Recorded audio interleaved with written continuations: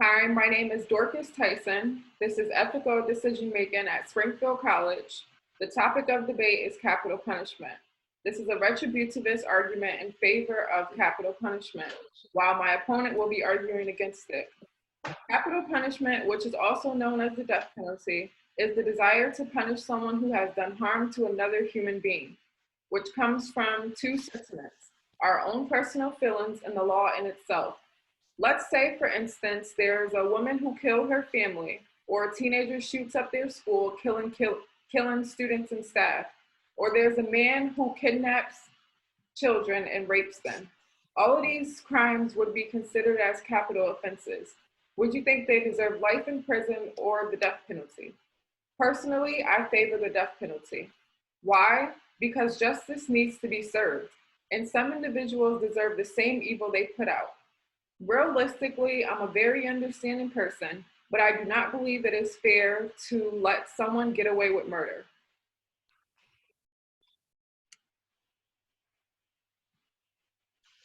Hi, my name is Aquila Dolo. I am going to be debating, I'm going to be arguing against the death penalty.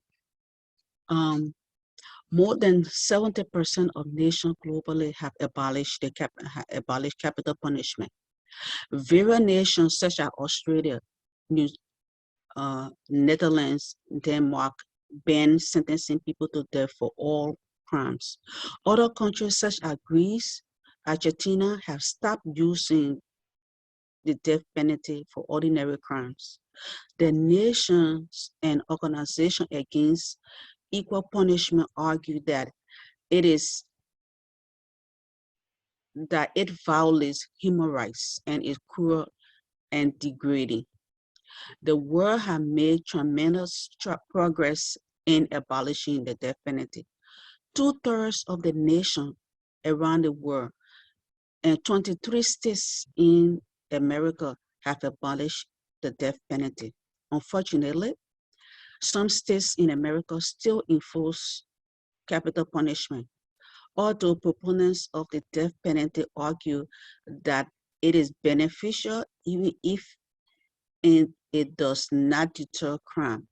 The death penalty is an ineffective, expensive, and racially discriminatory punishment that promotes injustice. Yes, the death penalty has become rare because its use of method of punishment. It has been banned in many governments, but there are countries who still carry out the death penalty, such as Iran, Iraq, China, Saudi Arabia, and the United States, and many more. There has been 11 executions carried out in the United States in 2021 alone, compared to the thousands of other individuals who are serving life in prison. Life in prison may work for some, but there are some individuals who are just barbaric and inhumane, and harming other people is normal to them. Let's say a man gets sentenced to life in prison for killing someone, and then he continues to kill while in jail. Is he deserving of the death penalty, or is that inhumane? You have to understand that some people are just sick, and there's no amount of punishment you can inflict on them that would change their nature of living. So you have to enter into their world and serve justice as they understand it. Proponents of death penalties believe that, to some extent, capital punishment deters crime more than other forms of punishment, such as life imprisonment. A permanent professor at Fordham University, Ernest Van Dijk, studied deterrence more keenly. He argues that even though statistical findings were not conclusive, the death penalty deters serious crimes because death is among the things most feared by people to likely prevent crime in the most, okay. Sentencing people to death is a form of punishment. It's a form of permanent in well, I can't say the word. I'm sorry, I can't pronounce the word. All right, go ahead. I'll get a deduction from that. I gotta say the word. I can't pronounce it. John Stuart Mill was a philosopher who defended capital punishment. Mill confirms that the death penalty is not inhumane when inflicted on a person who has committed a very atrocious crime.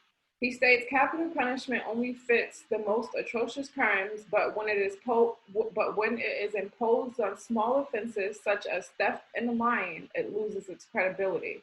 Another philosopher was Immanuel Kant. He states a society that is not willing to demand a life of somebody who has taken someone else's is simply immoral.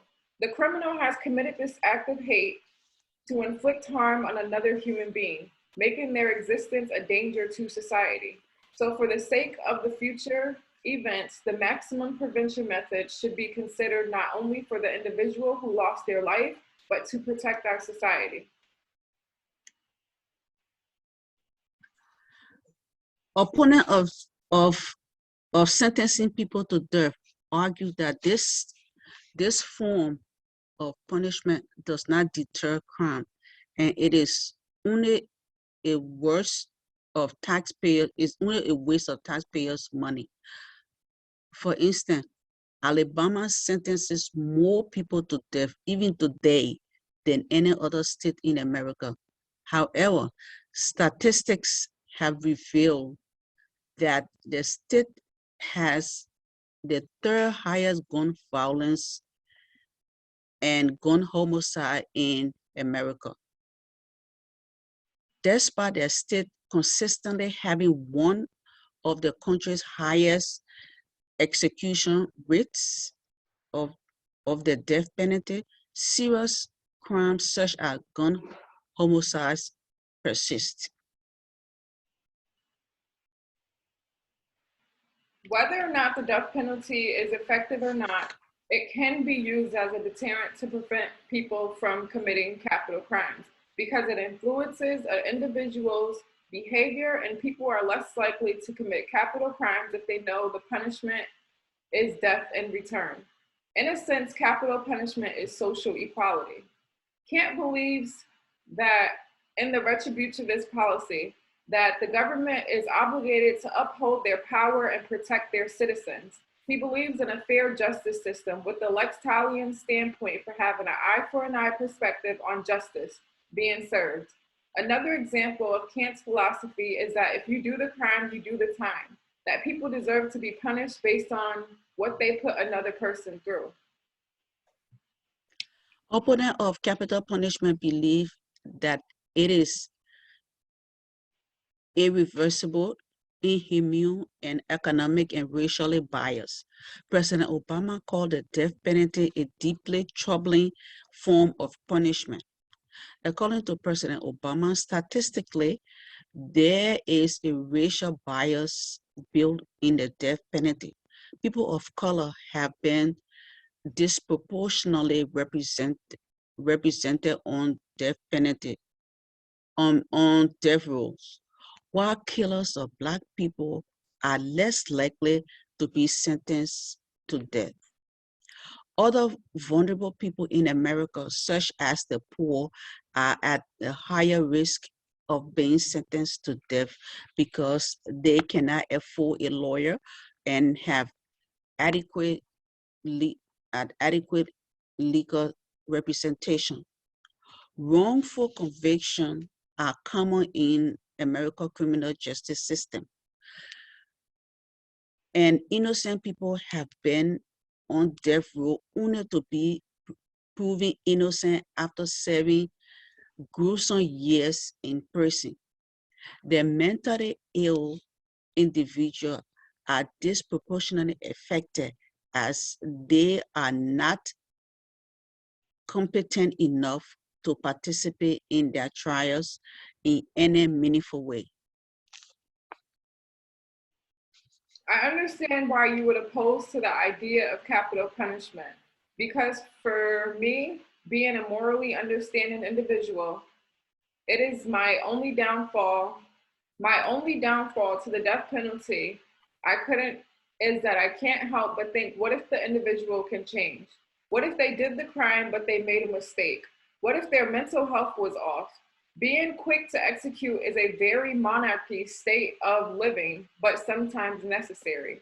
Not only is there the fear of mistakenly taking the life of an innocent person, but there may also be biases that interfere with the decision making process. In addition, capital punishment goes against religious beliefs. For instance, accidentally executing the innocent.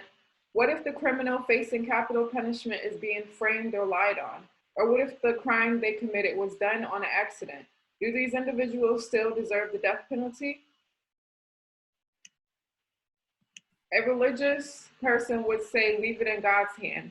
He's the one who gives life. He should be the one to take it away.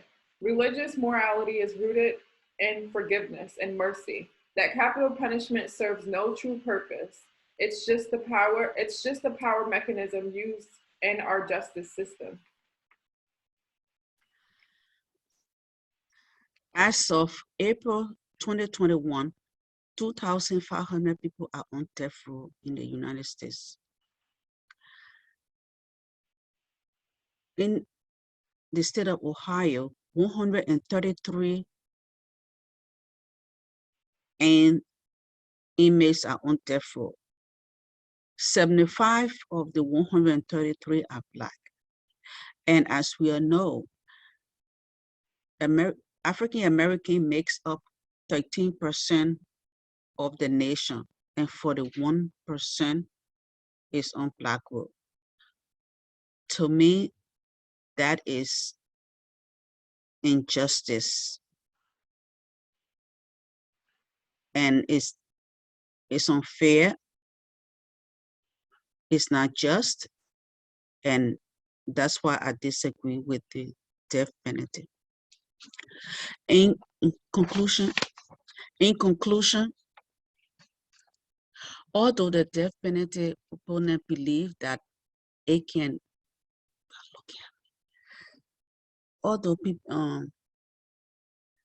the death penalty proponents believe that it can be ensure just in society and deter some crime, capital punishment is racially discriminatory, ineffective, and expensive punishment that does not necessarily prevent crime, but promotes injustice. It disproportionately affects vulnerable people in society, such as people of color. I got people looking at me.